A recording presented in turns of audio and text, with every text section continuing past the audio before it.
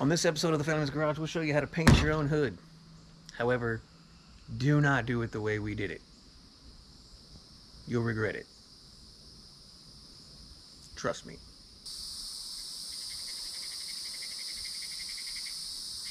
So it's like they know I want to record and they just start with all this noise. That's what I get for living in the sticks next to a highway. I gotta move. Alright, I want to take just a second before you fast forward to the end and see how it looks all painted on the truck, which you can see right here. There is some really good information buried in here. I've been following Kevin Tates for years. He used to be on trucks on the Horsepower TV back 15 years ago.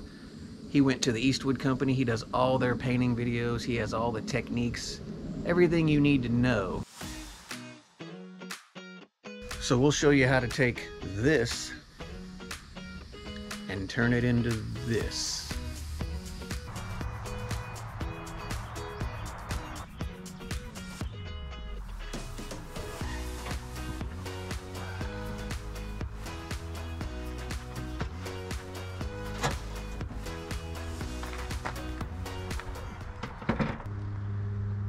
So what we got here is the C10's AMD 2.5-inch steel cowl induction hood.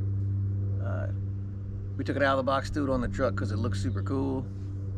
But it's been a couple months now and the electroplating is getting really thin, and I'm worried it's going to start corroding. So plan today is just to get it the same color as the truck. Again, I'm not a paint specialist.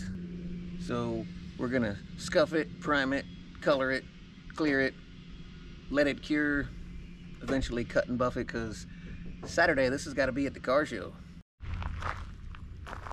When I get you up close, you can see teenager greasy fingerprints, bare metal, very large dead bug. So first step is cleaning it.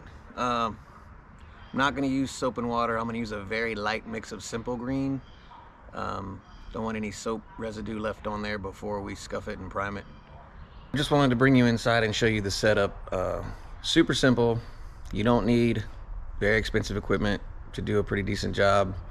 So starting over here, regular old run-of-the-mill Husky Air Compressor, 200 psi, 4 square feet per minute, fully capable of spraying your automotive paints. I have this regulator set at about 80 psi. Then I have this 30-foot hose running around the building. You're asking, why would you do that? Well, you want to give the air coming out of the compressor time to cool down before it hits your filters and your water drains, to really let that water get out of it. So they recommend 20 feet. I just ran it around for now. We may plumb a permanent line in if we start painting more, but there's 35 feet between my hot compressor and my water drain and filter. So here I'm regulated down to about 60 psi. So that's a simple look. That comes out to a hose reel, 1/2-inch line, out to where we're actually going to be painting. So since we've already got a really good surface prepped here with the factory electroplating, I'm just going to be scuffing it up with a red Scotch-Brite just to give us good surface adhesion.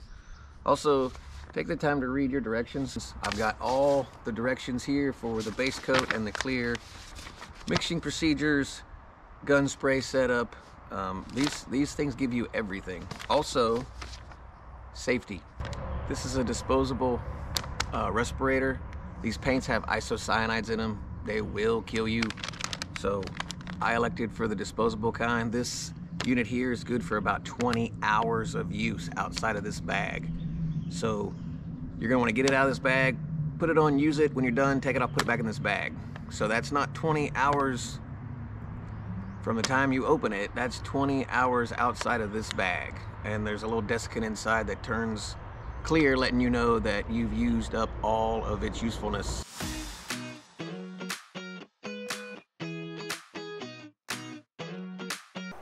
This is not a lint-free cloth, but this is what I got. The tack cloth will come behind that and get anything that this leaves behind.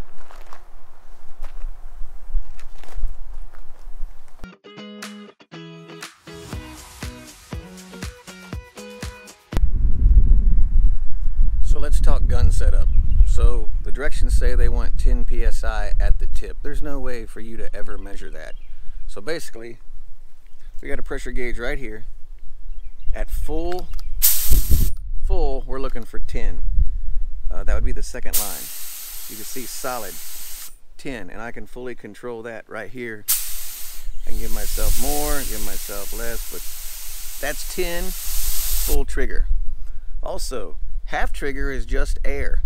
So if a bug or something gets in your paint when you're about ready to spray, you can just blow it out of the way without releasing any of the material. That don't come until there. You can also control your fluid flow and your air. So I like to leave mine all the way open and play with it. You're looking for basically a football pattern at about 18 inches, 12 to 18 inches.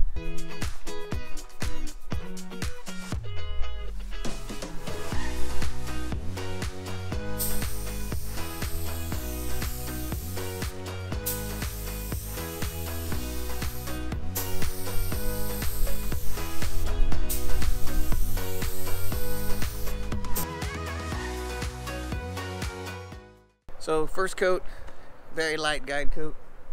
Just trying to get it blue, get it covered. 2 to 5 minutes flash time.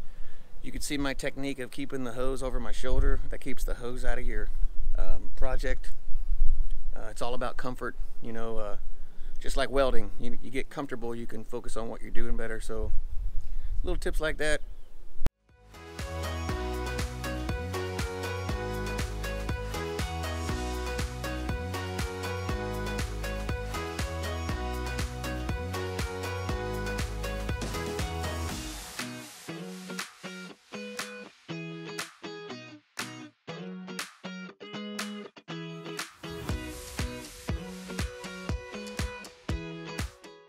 I'm gonna bring you in close and let you check this thing out. Remember, this is just the base coat.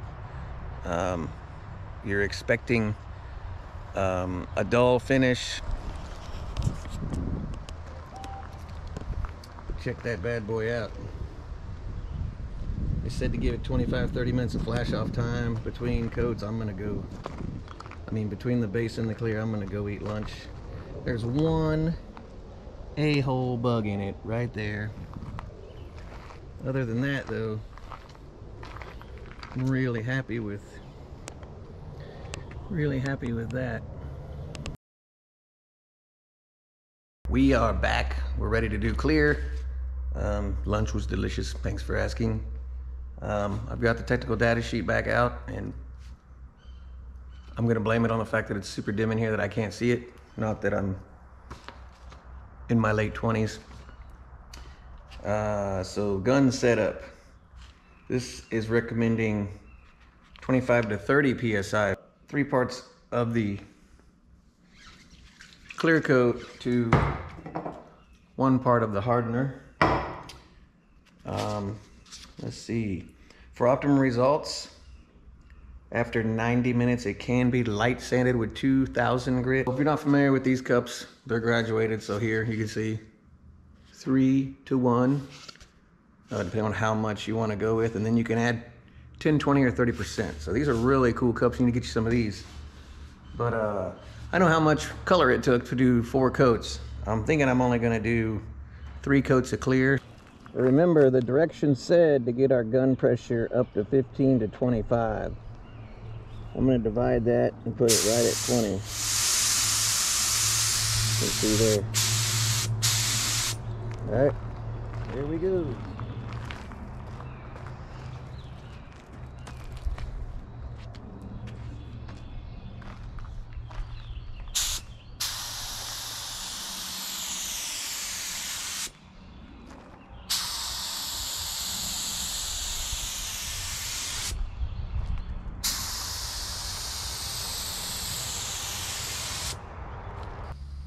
You can also see here my clear was heavily oversprayed. I didn't have the gun close enough, I was moving too fast, and the panel was in direct sunlight.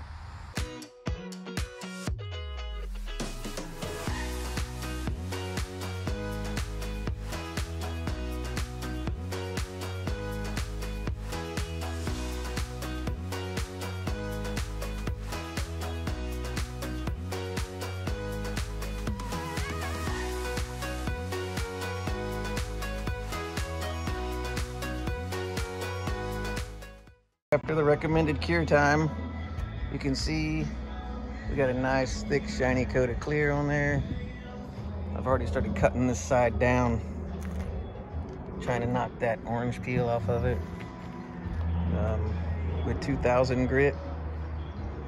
Okay, you can really see on that side. It's beautiful. So we'll cut this down. Try not to make it look too good so the rest of the truck don't look like shit.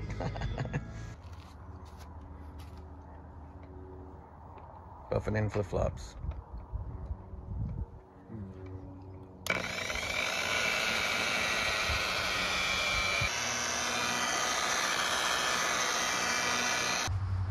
Well, first of all, you're going to compete with the highway and the crickets and pretty much every other noise you could think of while I'm trying to video this, but you can see we started with a pretty shiny surface and then we buffed it real quick. Didn't really spend a whole lot of time on it. We got 1500 grit paper. They say 2000, but this is pretty heavy orange peel. Also, if you don't trust yourself to stay level, you can use these little wet sanding blocks. They have dual density. One's really soft, one's really hard. Totally up to you, however you want to do it. I like to stay with just my hand so I can feel the tension on the surface.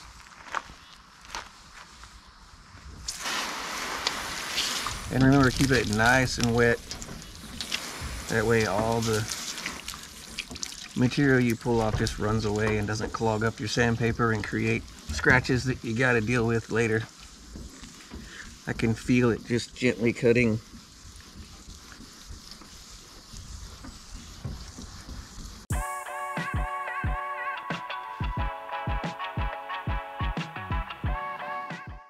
So once you think you got it down, I like to go ahead and dry it off.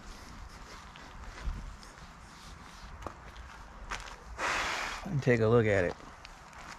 You can see in the light here, we still have all this orange peel. We're getting there.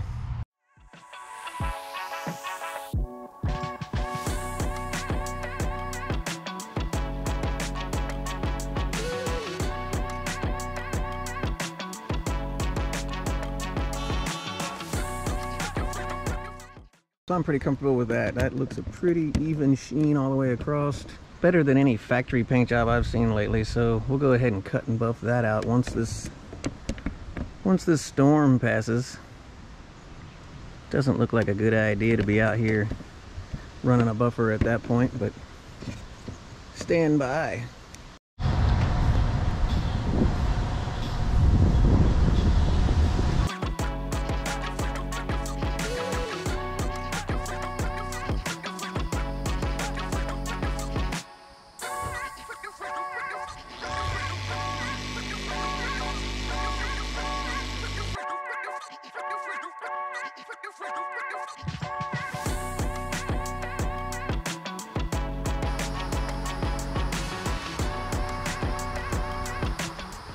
With just step one, it's about 100%.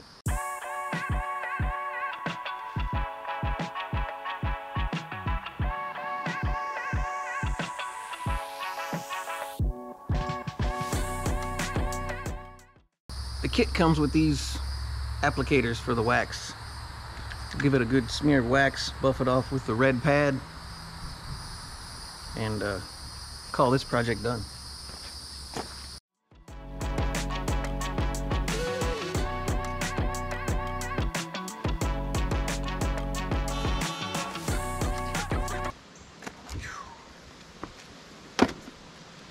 All right, that wraps up this episode of the Family's Garage. It's kind of a solo project on my part. I wanted to get this done for him, so when we cruised on Power Tour, you know, we looked the best we possibly could, right? I'm pretty happy with that. That was the first thing I ever painted with real automotive paint out of a real gun. We did paint the Cruise's front bumper cover last year, but that was with automotive paint put into spray cans. So really happy with how this turned out, being first time ever painting. can't wait to paint a whole car now.